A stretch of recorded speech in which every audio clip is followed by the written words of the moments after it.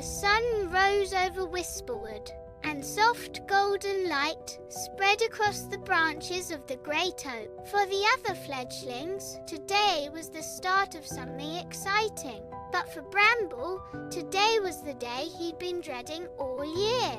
He sat on the edge of a low, thick branch.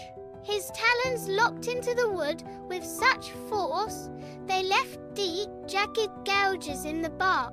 His heart hammered against his ribs, a frantic rhythm that echoed the silence of the woods. He tried to relax his feet, to let the tension bleed out into the tree, but his muscles refused the command. Every fibre of his body screamed for him to retreat into the shadows of the canopy. Below, the forest floor was already filling with the sounds of preparation, a low rustle that felt like a countdown. Bramble stared at the drop, then pulled his wings inward, pressing them against his sides to hide the tremor in his shoulders. The air felt heavy, saturated with the weight of expectation.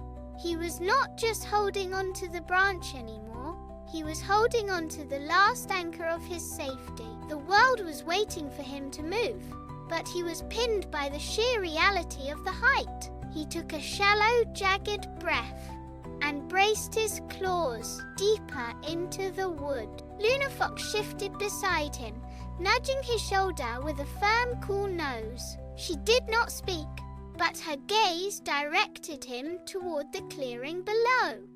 A badger named Grumbles stood amidst a pile of acorns, his snout twitching as he scrutinized the gathering birds. He let out a sharp, dry sound, half laugh and half snort. "Look at them," Grumbles muttered, his voice carrying clearly up to the branch. "Half these birds look like they are preparing for a funeral rather than a flight." Bramble winced, pulling his wings tight against his body. He had spent years masking his lack of progress with clumsy belly flops and jokes about his love for snacks, but the badger's words hit with surgical precision. Then the air grew still. Elder Hoot descended from the highest canopy, landing silently on the branch next to him.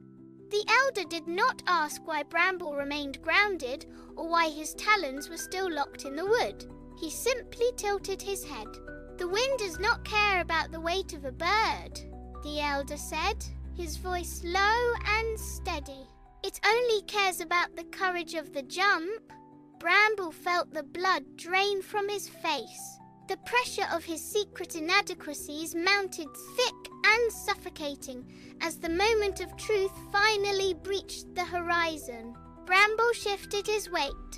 The wood groaned under his talons as he edged toward the lip of the branch. His center of gravity felt wrong, pulled violently toward the open space below. He looked down. The distance to the moss was only 10 feet, yet his mind twisted the perspective until the ground seemed to fall away into a bottomless, jagged canyon.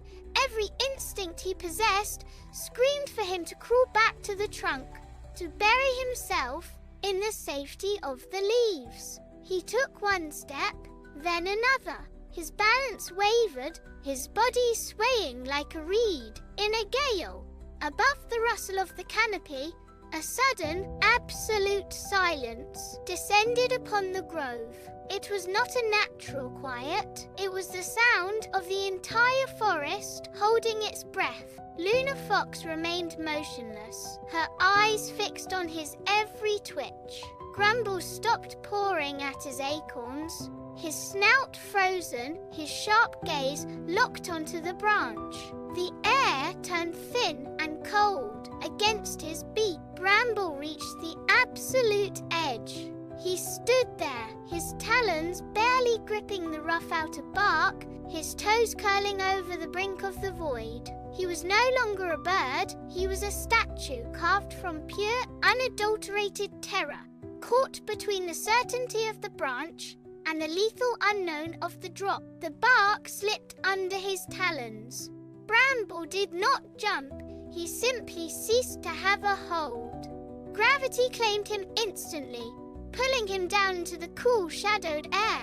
His wings snapped open, not with grace, but with a desperate, frantic violence. He thrashed them against the void, hoping for the bite of resistance, but the air flowed through his feathers like water. There was no lift, there was only the accelerating pull of the earth.